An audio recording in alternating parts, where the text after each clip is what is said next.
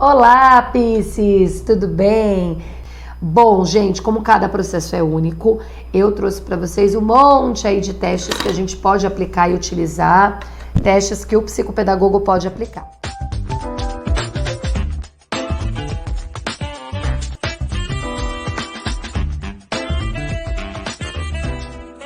Existem testes restritos para a área da psicologia e aí nós não podemos aplicar, não temos autorização para utilizar. Então o psicopedagogo ele fica mais restrito a uma abordagem mais vinculada à área da educação, da aprendizagem, tá certo? Bom, é impossível listar aqui para vocês todos os testes possíveis. Eu trouxe alguns de algumas áreas, alguns segmentos, para que incentive vocês nessa busca de encontrar testes, de encontrar... Eu não conheço todos os testes que existem no mercado, então é sempre uma busca constante nossa enquanto psicopedagogos, tá bom? Bom, testes de raciocínio lógico, para a gente identificar se essa criança tem bem adquirido, né, essa questão da soma, do campo aditivo, do campo aditivo, do campo multiplicativo, tudo isso é importante que a gente conheça. E aí, como que eu sei qual é o nível que o meu paciente precisa estar? Um outro caminho é que a gente esteja sempre afinado com a BNCC. Então, a Base Nacional Comum Curricular, ela é para todo o território nacional. Então, lá está dizendo quais são as habilidades que uma criança de terceiro ano, no campo da matemática, precisa ter adquirido ou estar adquirindo naquele ano. Então eu chego lá, a criança ela precisa já estar começando o processo de divisão, de multiplicação. E aí quando eu vou fazer os testes aqui no consultório, eu vou aplicar desde o início, né? Se essa criança reconhece os números, se essa criança reconhece quantidade, se essa criança consegue somar, subtrair, multiplicar, dividir, assim por diante. Agora, se eu tô com uma criança de terceiro ano, eu não posso tentar verificar se ela conhece, de repente, uma equação, alguma coisa que é muito fora. Por isso, eu preciso estar dentro ali da BNCC, entendendo aí quais são as orientações que nós temos. Essa orientação independe se a escola é pública, particular, se é escola top, se é escola pequena, não interessa. Todas as escolas têm que seguir essa base comum no currículo delas. Você também pode se basear pelo conteúdo programático do ano escolar dessa criança. Então, você pode pedir isso na escola. O que é o conteúdo programático para eu entender o que ela precisa saber para que eu possa avaliar e entender as dificuldades dela, tá bom? Também é uma dica. Então, na soma, você pode pedir para o seu paciente contar palitos, você pode usar os pompons, pode usar o pregadorzinho para ele pegando e separando e colocando os pompons, colocar os cards com os números, né, a representação gráfica dos números, e o pompom para a gente verificar esse movimento de pinça, como é que tá. Ele vai colocando os pompons em cada quantidade ali correspondente. Subtração, a gente pode falar que agora eu preciso, para formar o 9, quanto que eu tenho que tirar do tal número, e assim a gente vai observando. Soma, subtração, multiplicação, a gente pode multiplicar os pompons amarelos pelos pompons vermelhos, quantos pompons eu tenho ao final. Divisão também, eu posso propor aí a partir desses pompons também uma proposta de divisão. Deixo ali algumas situações, problemas que a gente não precisa entregar na folha para ela ler e responder. A gente pode criar utilizando material concreto, trazendo pompom, palito, trazendo bonequinhos, trazendo a florzinha, animais, frutinhas, e ali a gente vai observando esse pensamento. Pega varetas, é muito legal. Sempre quando eu começo testes da linha da matemática, eu começo com o jogo Pega Varetas, porque ele traz realmente a soma, subtração, multiplicação e divisão, tá bom? E aí eu falo dos usos de jogos, tem muitos jogos, bingo da tabuada, bingo da divisão, da adição, bingo tem de tudo, né, gente? Dominó, eu tenho muitos dominós aqui que a gente vai trabalhando. Então você pode aplicar o jogo, pega varetas mesmo, como eu comentei, e observar se a criança sabe ou não sabe fazer a conta, se ela tem aquele raciocínio ou não, tá?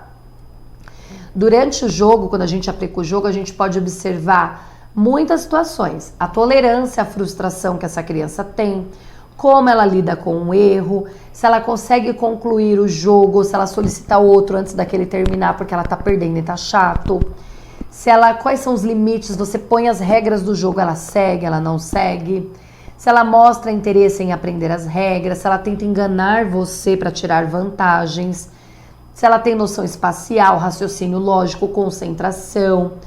E aí tem vários jogos, Mancala, Ligue 4, Quebra-Cabeça, Banco Imobiliário, também é bem legal. O Detetive, o Cara a Cara, tudo isso a gente acaba identificando muitas questões aí de raciocínio lógico da criança, tá bom? O teste de sequência lógica, que aí a gente utiliza alguns flashcards com cenas. Então eu tenho uma caixinha que tem os testes assim, uma vela acendendo até ela acabar, tem o barco indo embora no mar. Então são cenas divididas em 4, e aí eu embaralho tudo e peço para a criança organizar, fazer a sequência lógica daqueles fatos. Posso pedir para ela fazer um relato por escrito daquela sequência, inventar uma história em cima daquela sequência. Posso pedir para ela me falar oralmente sobre aquela sequência, e aí a gente vai extrapolando, né, o jogo. Então é importante que você faça testes aí de sequência lógica com ela. De orientação espacial, a gente pode utilizar quebra-cabeças. Isso é importante para a gente refletir na dificuldade do posicionamento de letras, né? Na dificuldade em ordenar as letras para formar as palavras e ordenar os números antecessores, sucessores. É legal a gente fazer esse teste também, saber se a criança sabe que número vem antes, que número vem depois. Então a gente usa quebra-cabeça, as técnicas projetivas das plantas, da casa e da sala de aula também já revela pra gente a questão de orientação espacial.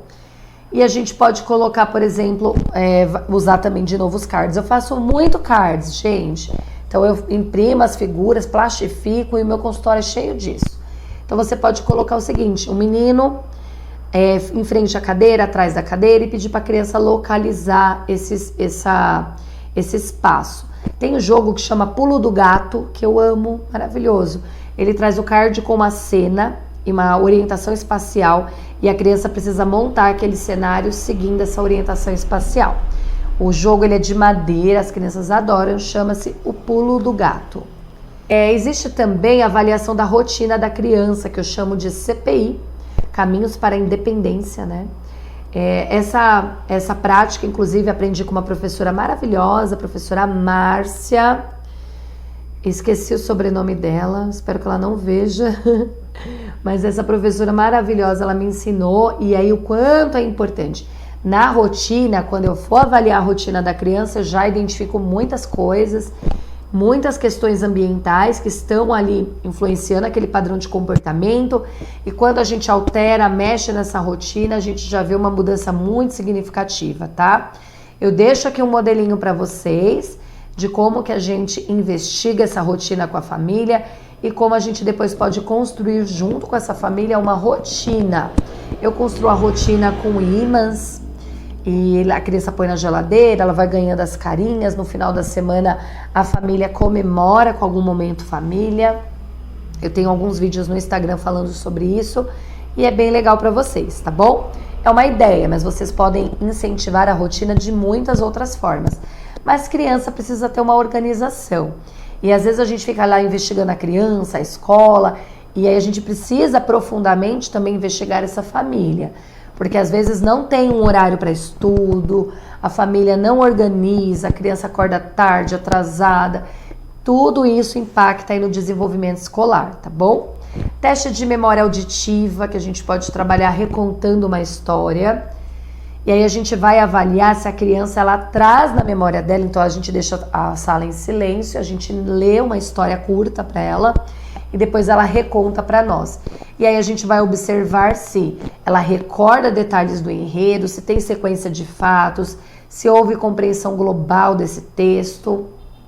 Teste de memória visual, que eu também deixo lá para vocês, chamado Bon Départ, que aí são flashcards que você também pode montar com algumas figuras. Você vai mostrando uma por vez e aí você depois pede para que a criança desenhe essa sequência que você mostrou para ela, tá?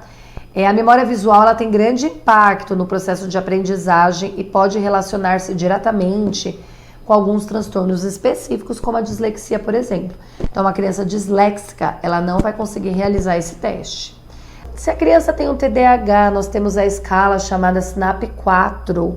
Essa escala ela é livre, ela pode ser aplicada por você, psico.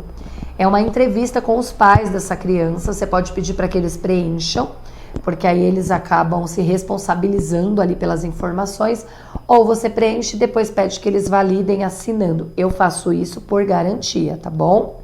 Então o questionário ele foi construído a partir dos sintomas do manual DSM-5, lembra que eu comentei com vocês? E esse questionário ele vai levantar os sintomas que tem lá no manual para a gente entender. Então, os itens de 1 a 18 apontarão sintomas primários do transtorno do déficit de atenção e hiperatividade. E os itens de 19 e 26 apontam ali os sintomas primários do TOD, transtorno opositor desafiador, tá? Como que a gente avalia, né, o SNAP-4? Se existem pelo menos 6 itens marcados como bastante, de 1 a 9, é bem simples, gente. Existem mais sintomas de desatenção.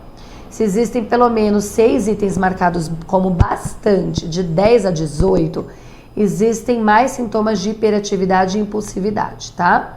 Então, o SNAP-4, então até o 18 a gente avalia TDAH, dali pra frente tem escalas mais completas, escalas até 18 tem escalas maiores. Dali pra frente a gente estaria avaliando o TOD, tá? Que é relacionado com TDAH.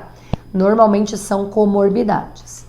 E o SNAP-4 ele é útil aí para avaliar o primeiro, né? Apenas o primeiro dos critérios. Tem o critério A, B, C, D.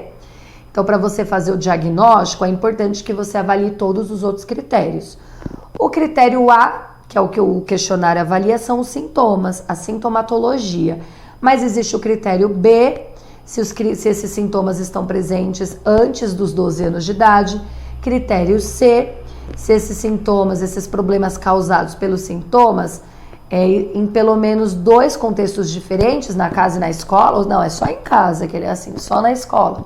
E aí no critério C, em pelo menos 2 ambientes diferentes.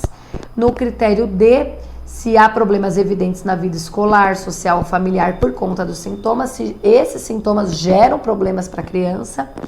E o critério E, se existe um outro problema, como depressão, se existe outro problema já relatado, já diagnosticado, aí a gente pode validar o critério E também, tá bom? E aí, gente, é importante que esse questionário ele é só um ponto de partida ali para levantar os sintomas primários aí de um TDAH, no critério A, por exemplo. O diagnóstico correto, né, do TDAH, ele pode ser feito através de uma longa anamnese com um profissional médico especializado, psiquiatra, neuropediatra, neurologista.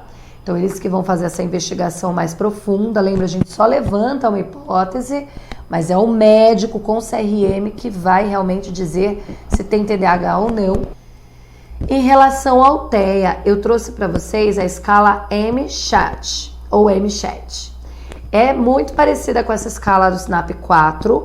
Nós aplicamos e aí nós vamos verificar a classificação depois, avaliado em 3 níveis. Se é baixo risco, risco moderado, ou se tem alto risco. Então, se a criança ela pontua de 0 a 2 pontinhos, é baixo risco. Um risco moderado já é uma pontuação de 3 a 7 e o alto risco também de 8 a 20, tá? Avaliação do material escolar. Então, eu sempre peço para a família trazer a mochila, trazer o material, que aí eu vou olhar a organização do caderno, a letra, o capricho, se tá tudo muito desorganizado, bagunçado, o estado do material dessa criança. Teste de conceituação, que é a identificação de absurdos. Então a gente coloca, a gente tem por aí um jogo que chama absurdo ou ok. São frases assim absurdas. Por exemplo, as batatas foram cozidas na água gelada. Ok ou absurdo? Absurdo. Por quê? Sempre pede argumentação. Porque para se ferver precisa que a água esteja quente. E aí você vai pontuando essa criança, tá bom? Avaliação do vocabulário compreensivo. Então são 23 lâminas, flashcards com 4 desenhos. A criança deve dizer qual desenho de cada lâmina melhor se encaixa com a palavra dita. Então eu vou lhe mostrar algumas figuras e dizer uma palavra. Você apontará para a figura que melhor representa. Eu coloco 4 imagens. Por exemplo, aí a criança deve identificar qual é a figura que se adapta melhor à palavra que eu disser. E a gente verifica os erros e anotar. Então, por exemplo, eu coloco lá brinquedo, trabalho, queda, transporte, herói, diversão, cansado, organizado, descuidado. Então eu falo descuidado e no meu card tem 4 imagens. Aí tem um cachorrinho limpinho, um menino bagunçado, uma casinha organizada e um coração. Descuidado, aí ele vai colocar um menino bagunçado, ele está descuidado e assim por diante. Outros testes são localização e evocação das partes do corpo, onde que está o nariz, a barriga, isso é bem crianças pequenas, principalmente quando tem suspeita de TEA, tá? Lateralidade, direita, esquerda, teste de orientação, né? Direita, esquerda do Piaget, prova de ritmo, aplicação da coordenação motora, visomotora com as figuras geométricas do Zaldo Rocha, a avaliação da coordenação motora fina, a gente pode pedir para ela fazer um colarzinho, colocar os grampinhos, o clipes e tudo mais. Todos esses testes você tem lá na apostila que eu deixei para você, tá bom? Bom, a nossa aula termina por aqui. Esses outros testes eu acho que ele já abarca muitas situações enfrentadas aí na clínica. Eu não deixei de fora nenhum que eu utilizo bastante, todos que tem aqui eu utilizo bem. Eu acho que já vai subsidiar bastante aí o seu trabalho com avaliação. Espero que você tenha gostado dessa aula. Espero que ela tenha enriquecido um pouquinho aí o seu repertório, tá bom? Um beijo para você e até mais.